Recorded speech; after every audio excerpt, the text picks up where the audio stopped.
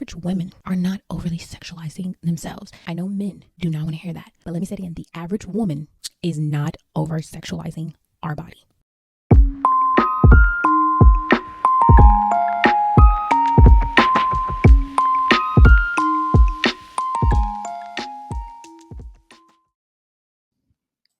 Disclaimer: the information provided in this video is for informational and educational purposes only and is not intended as medical advice. I'm not a healthcare professional, and the content should not be used as a substitute for professional medical consultations, diagnosis, or treatment. These are my opinions, not facts. Thank you for tuning in today's video. So before we get into today's video, I have a little quick question. How do you think your relationship with your father has shaped your worth, behaviors, boundaries, and how you navigate in relationships today? Hello everybody, welcome to the Average Girl Chit Chat. I'm Celeste and I'm just an average girl with non-average opinions. Today we're going to talk about daddy issues, and we're going to talk about how the fear of abandonment, but then also playing detective, as Dr. Brian said in Cam Newton's video, plays a huge role. And it's something that we really don't talk about when it comes to social media. Rather than talking about that, we more so focus on women wanting male validation, women being hypersexualized, which are things too. But we're going to get into some deeper things and some things that maybe us average girls can resonate with, because when I was doing the research, I'm telling you, I resonated with it a lot, and it kind of made me shine a light on myself, and now I have a lot of other things to work on. So like, comment, subscribe. I hope y'all like today's video. Let's get into it. All right, so before we get into anything, we're going to look up the definition for daddy issues. Daddy issues are results of having past experiences of growing up with the absent father or poor relationship with your father. That can lead to having an inability to trust other men in your adult life or have strong sexual desire for them. And this can go for men and women. The topic of daddy issues has really hit the social media scene heavy lately within the last few years, and especially within the last few months, with these men who got a microphone and a podcast thinking that they all everything and they know all this stuff. And hypocritical of me, isn't it? But it's just a topic that a lot of people have talked about, whether it's women sitting there telling you how they feel like they picked terrible partners because they didn't have a good male role model, or whether it's men sitting there saying, I don't want to date a woman if she doesn't have a father in her life because she is incapable of knowing how to treat a man. Now, am I sitting here saying that those perspectives and those views are incorrect? No. But what I will sit here and say is, as a society, as a group of young people, we need to start understanding the things we surround ourselves with in the real world and on social media. Your likes, your comments, your shares, your follows, they build a what? Algorithm. Now, I'm bringing this up because I feel like one of the biggest things that come when people speak on daddy issues and how women who have daddy issues, they either crave attention, they over-sexualize themselves, they're clingy, they lack boundaries, and they're just hyposexual. Well, let's focus on how men bring up the topic of OnlyFans a lot, correct, right? Only 2% of the population when it comes to women in in the United States, 2% have OnlyFans that are creators. And this is only an example, because before men sit here and tell me how half-naked women on Instagram are sitting here showing their bodies, getting BBLs and showing out for male attention, understand your algorithm. And I feel like these are the conversations that need to be had, because the average women are not overly sexualizing themselves. I know men do not want to hear that, but let me say it again. The average woman is not over sexualizing our body. We're not. It's a fact. And it's sad because y'all just think that every woman dang near over sexualizes themselves. But the average girls, what about the average ones? They're not. Sorry to say it, but they're not. But what I will say is, before we sit here and we discuss the main bread and butter, which is the fear of abandonment and attachment styles, let's just talk about the history of where daddy issues stem from. So daddy issues actually stem from Sigmund Freud and this daddy complex that he had.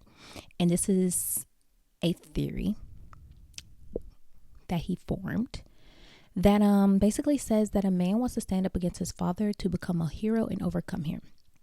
So in short, That's what the theory is. Now, the theory has other things to it. The theory brings in like a Greek god. The theory is this, the theory is that. But I'm going to cut it simple, dry, and short, because the theory also talks about how boys actually want to be with their mothers, all this stuff. We're not going to talk about that. That does not apply in today's society. And we're not going to get that deep, and we're going to just scratch the surface level. And we're going to... Why would Sigmund Freud even say that daddy complex comes from men who want to basically become a hero and overcome their father and stand up against him? Competition. And I remember I was watching this video where one guy was saying that competition comes naturally for men. I did a little bit of research on that. Competition is natural for men. Now, hear me out. I do a lot of research on it. Couldn't really find it. So this is my theory and my theory alone. And I wrote it down. So hear me out. So competition is natural for men, right? This is a biological standpoint in a man's life, because when it comes to reproducing and procreating, it has to do with outcompeting with other men. Now, in a man's life, his father should be the closest man to him in his life, especially from a young age. Now, in return of that, he is your biggest competition. Y'all are both men in the same household under the same roof. That's going to strike competitiveness inside of you. Because you as a man, you're basically trying to puff your chest out further than he's trying to puff out his chest. It don't matter if he's paying the bills, you still are going to try your father. And that's why a lot of boys, especially men that I personally know, they step to their father at least once in their life. When men hit puberty, and it's not to disrespect them, it's actually a good thing. Release their competitiveness at a young age towards their father. Because you can't be competitive towards your mother. Also, too, men have a different respect for their mother, because they look at women as weaker. So women are not looked at as competition naturally to men. Now, when you take away this dynamic of a young boy being competitive with his father, you're stripping him from being able to release that competitiveness at a young age, but also being able to learn how to control that competitive at a young age, that competitiveness at a young age. Oh my God. Without having a father in the household, you're stripping a young boy of releasing that competitiveness. And in return, this can create a hyper competitive man. When it comes to being hyper competitive, this can be a good thing and this can be a bad thing. And when it's a bad thing, this can actually cause poor interpersonal relationships, depression and anxiety and health problems. So having a male in the household for men is very important. Yes, for the love and the support and all of that. But I truly feel for men and women, it's two different things. Daddy issues can stem from a man because a man doesn't know how to contain his emotions, and that competitiveness can pour into every aspect of life. If y'all are getting what I'm saying. For a woman, it's more of that comfort, that security. Let me stop before I go deep in here, because we're here to talk about fear of abandonment and attachment styles that stem from daddy issues. So me personally, I'm gonna tell y'all what I did. So I grew up without a father, and for the longest time I felt like I worked on it. I felt like I worked through my daddy issues, but I only felt like I was having daddy issues because I wasn't looking for male validation. I don't crave attention, and I don't over sexualize myself. So I was just thinking like I'm good, but y'all, I was wrong. And I recently figured that out because I watched that video with Cam Newton and Dr. Bryant, and I'm going to insert a clip here. And I'm not choosing a man that I have to become a detective to. Even the men I called off weddings from, to their defense, just because I called it off doesn't mean they weren't good men. I'm choosing men who I can be a wife or a woman to. I'm not choosing a man that I could be a detective to. So when women are choosing men, I think that certain things to become aware of are, do I have to go into my detective, which is my trauma? Do I have to go into my investigative, which is my dysfunction? Because if so, that man is triggering and bringing those things up. And he only brings those things up in you because those things are in him. And start trusting your spirit more, ladies. And this is another thing. Women with daddy issues are going to be okay with being an investigator and a detective, because oftentimes, remember, they have learned subconsciously how to investigate and detective. Why is daddy not here in the household? So it doesn't make me say, why would they not grow up thinking the norm is to wonder where you're at, to wonder what you're doing, and to wonder why you're not there, and think that that's okay based on their norm of daddy issues. Now, that made me think deep, because y'all, that made so much sense. And I'm so sorry for looking down, because I made so many notes because I did a lot of research on this video. And it made so much sense, y'all, because I'm a detective. When she was saying being a detective, I'm a detective, and y'all, it comes second nature to me. It comes second nature to me. And I never really stepped back to truly see why I'm like this. Now, I was thinking maybe it's because I've been cheated on, but deep down, I've been with men who I knew wouldn't cheat on. So it didn't make sense. It's like I'm not acting like this because I'm gonna think he's gonna cheat on me. And I'm like, maybe it's because I'm insecure, because he'll talk to other women, right? But then when we're around other women and they can be attractive, we could be in a club setting all this up. I'm not keeping my eyes on him like a hawk. I've seen women that do that. They be like, wait, oh. Yeah, I've seen women that do that, but that's not me. So it's like, for the longest, I've been so confused as to why I act like that. But then when she brought up the detective thing, I was like, that's what it is. That's what it is, y'all. I'm lost. I'm still that little girl playing detective. And I'm trying to see my significant other when he's not in my space. I'm trying to make sure, where are you? Like, okay, I want to make sure they're going to come back. I don't want them to leave. I don't want them to leave me. If they're going to leave me, I want to beat them to the punch of leaving me. If you're going to step at this door and not come back, I want to be the one to tell you that you're not going to come back. And not blaming it on men, but then, you know, the whole time, if you have a partner and you're checking their phone, let's say you're back somewhere they're at, men are going to be like, you're insecure. Stop being insecure. Now, from his point of view, it's insecurity. But if a man tells me 10 times I'm insecure and I'm true in myself and I know who I am and I know I'm not insecure, it's not going to resonate with me. And I'm not going to take accountability for something I truly do not feel in my heart. But it's a problem and it's an issue if you have to check where someone is. If you have to be on the phone all the time. If you need their location. If you're checking their phone when they're asleep, it's an issue. Why do you do this? Why do you do this to yourself? Why do you sit here and sabotage? Why do you do this? Girl, fear of abandonment. Maybe. It's not a one fit all answer. It's not. So I looked up the fear of abandonment and I looked up a list. This list has a few things on here. If anything on this list applies to you, you may have a fear of abandonment. You know, do you get attached quickly? Girl, you like, oh, this is my man, this is my man, this is my man. I love him. I love him. Girl, you met that man 72 hours ago.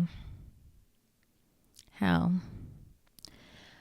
Failed to commit fully. Now, y'all, this one hit home for me. Move on quickly. You move on quick because, girl, you don't even get your foot all the way in the water.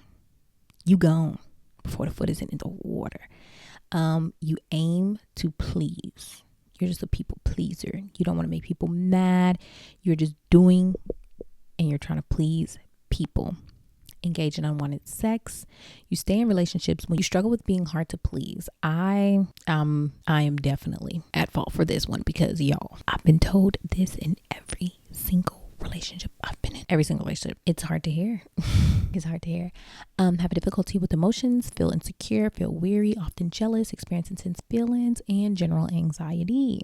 All right. So now I know this list can be contradicting. I'm sitting here and I'm staying in relationships, but then I move on quickly. How am I staying in relationships, but I fail to commit? It's because 4 adult attachment styles in total. Number 1 is going to be anxious attachment style, and that's like a preoccupied type one.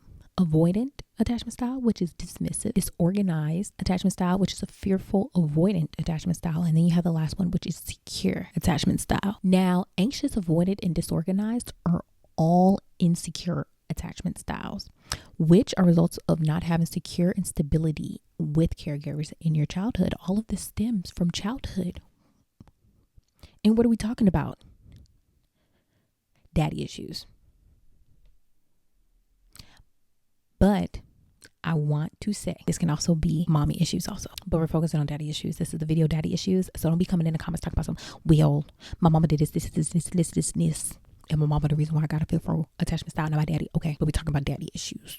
You want to be on mommy issues? You can get it. All right, so those 3 are insecure attachment styles. All right, and then the 4th attachment style that I had listed was the secure attachment style.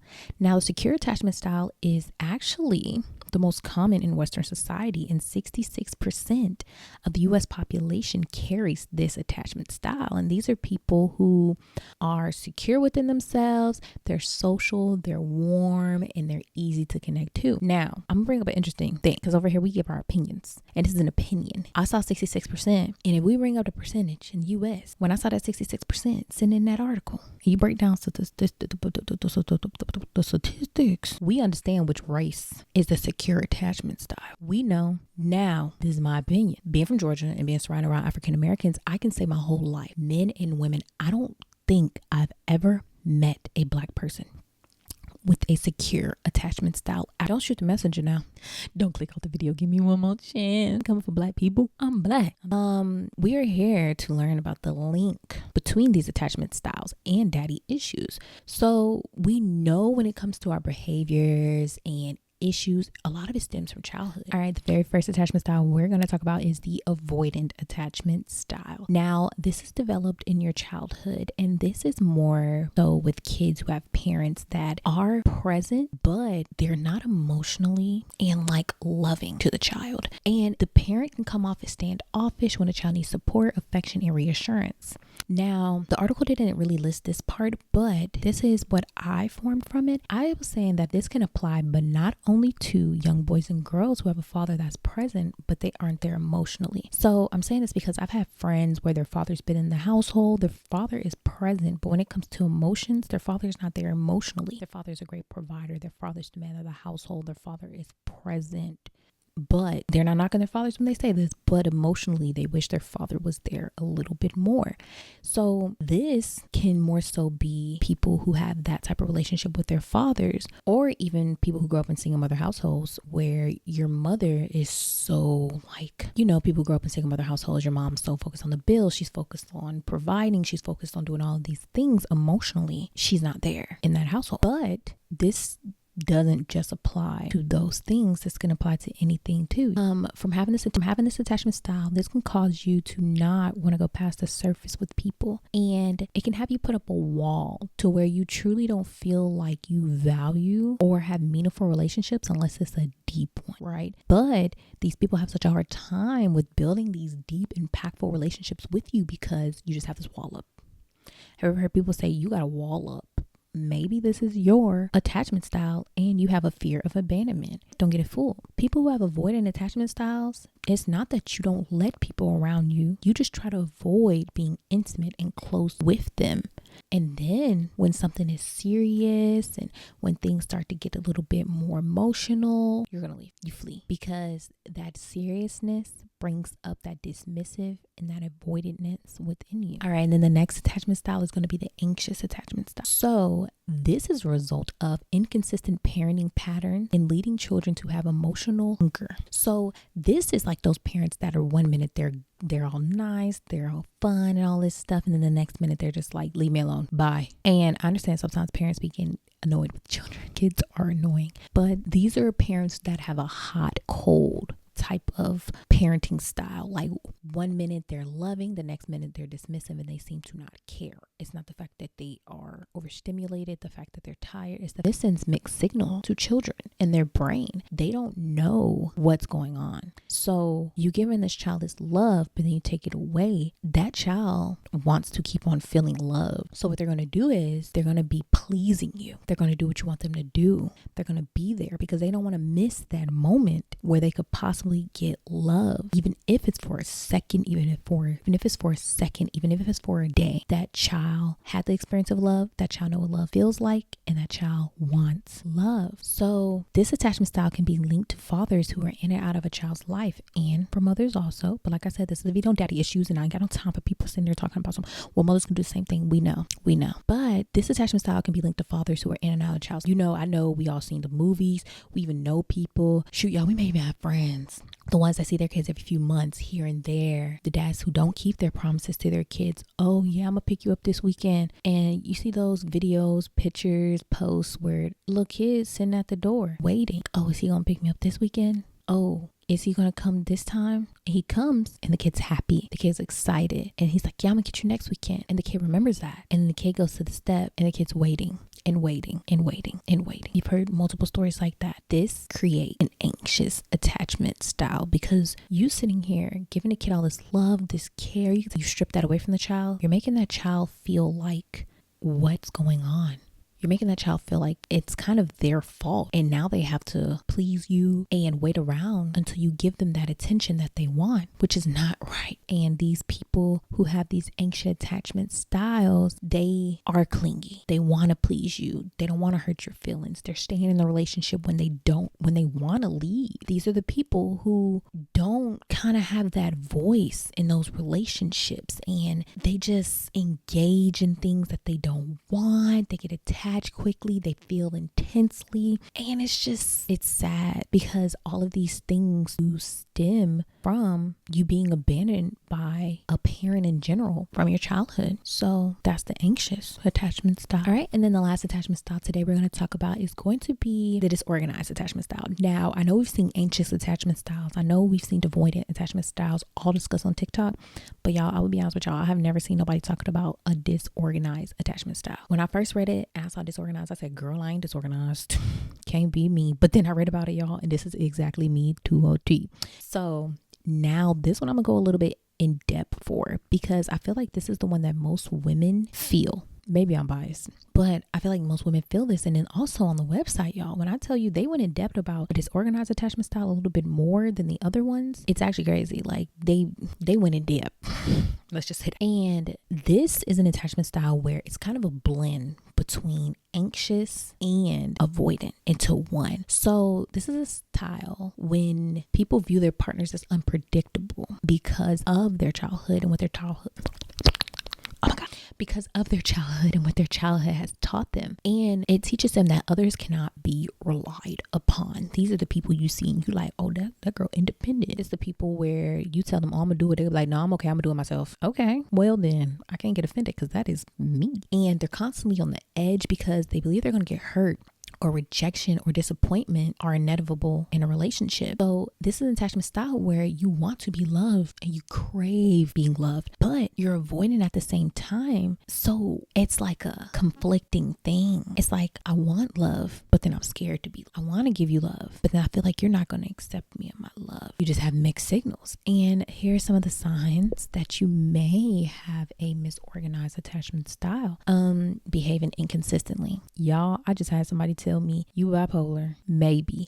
And it's like you have a push type pull energy. It's like 1 minute you're like, oh my God, I love you, you're the best. And the next minute you're like, get out my face. And I've had that happen to me, y'all. There have been times where I would be with somebody and I'm laying down with them, I'm cuddling with them, and I'm all happy. And then some in my brain's just like, this isn't real. And then I get up and I'm just like a robot. And I was just happy. Yeah, maybe I'm crazy. Maybe I'm the only one that experienced that. Maybe I'm crazy, but that stuff really happens. And then demanding. Now you can be clingy and demanding in a relationship. You think that they should do everything you want the way you want, and you don't think it's a problem. Now for me, I took demanding and need this, I need that, I think of it as I need more energy from you, I need more of this from you, I need more of that from you, I need more conversation from you, I need more time from you, y'all, that is me. I think I'm the most demanding anybody's ever been with. Ooh, my heart racing.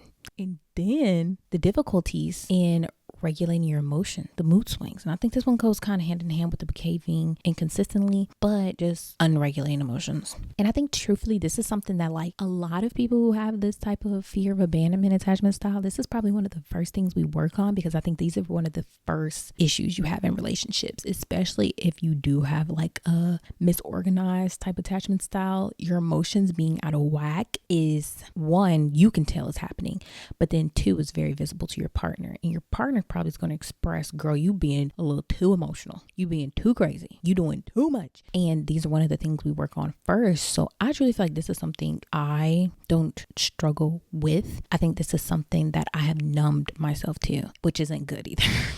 It's not good either. I feel like I've numbed myself to being emotion. No, now I'm just like, which isn't good. It's not. Then the next one is shutting down. I swear I did not plan that. I swear I didn't plan that. And it's basically thinking that your needs won't be cared for by other people. And this makes you shut down because you're basically like, why would I express myself to somebody if they don't care?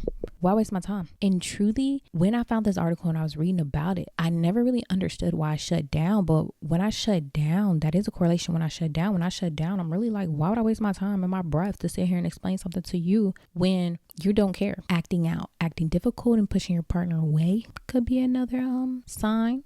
Difficulty opening up. So struggling with saying your feelings and your emotions and being vulnerable because you have a negative view on yourself or even other people, Choosing a suitable partner. That one's just self-explanatory for itself. Subconsciously, we choose the people who mimic other people from our past. That's all I'm gonna say, because that is a deep conversation and I do not want to branch off on that one. Trust issues. Now, when it comes to this attachment style, the template for your relationship, when it comes to having that relationship with the fear of abandonment, you've basically said, I can't rely on nobody. I can't rely on nobody because you had that inconsistency in life. You had that, okay, I can't rely on nobody as a kid, So when it comes to this disorganized attachment style, this can be a person, I think, in a one-parent household, two-parent household, a single mom, single dad, it don't matter. Because I think it has to do with you feeling like you can't rely on nobody but yourself. You are a person that wants those emotions. You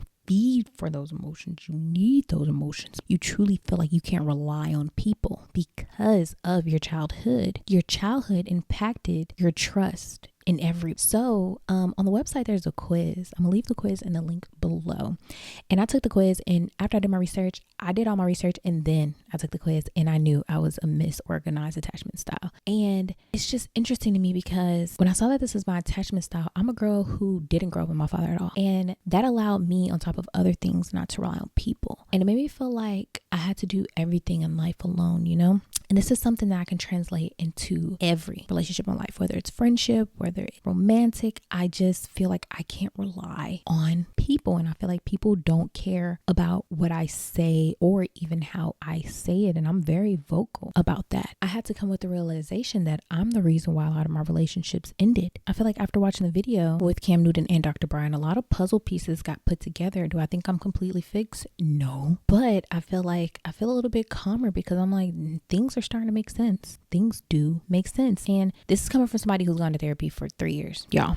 And I've never heard that I have a fear of abandonment. But in the beginning, I asked the question. And the question was, how do you think your relationship with your father has shaped your self-worth, behaviors, boundaries, and how you navigate into relationships today? And I would have to say that because he wasn't present has allowed me to not build deep, meaningful relationships without sabotaging them. Meaning that, one, I have a lot of work to do, but then two, I allow the fear of being abandoned cloud my judgment and allow me not to drop those walls for people who care about me and friendship. And from that, it has caused me to not have a large friend circle. And it has also caused me to not be in a relationship, which is something that, am I happy about? I don't know. I'm kind of in the middle about it because I think too, even starting this channel, me being at a point in life where I kind of have no commitment to nothing makes me feel like my fear of abandonment has allowed me to kind of step into the woman that I am. But because I'm at a crossroad where I have to start allowing my fear of abandonment to dwindle and become a different woman and enter another level in life. Hope that made sense. I hope after the end of this, you can answer the question in a way where you feel like it's a little bit more depth as opposed to being like, oh, it's because I'm insecure. Oh, my relationship that I have with my father has caused me to be insecure. Which, yes, it has, but I'm telling you, it's a deeper reason. It's a deeper meaning, whether you're a man or a woman. But I hope you all liked today's video. Leave a like, comment, and subscribe. If you didn't like the video, leave a thumbs down, dislike it. But then also please leave me a comment because I'm here for self-improving and I want to get better. Tell me what you liked about the video. Tell me what you hate about the video. Subscribe and stay tuned. We post videos every Friday over here. And don't forget, we're a community of women that hold women accountable. We're a community of women that care about women's health, women's bodies, women's minds, and women's spirits. And I hope y'all have an amazing day, an amazing week, an amazing month, and an amazing year. And stay safe. Stay safe and see you next video. Bye, guys.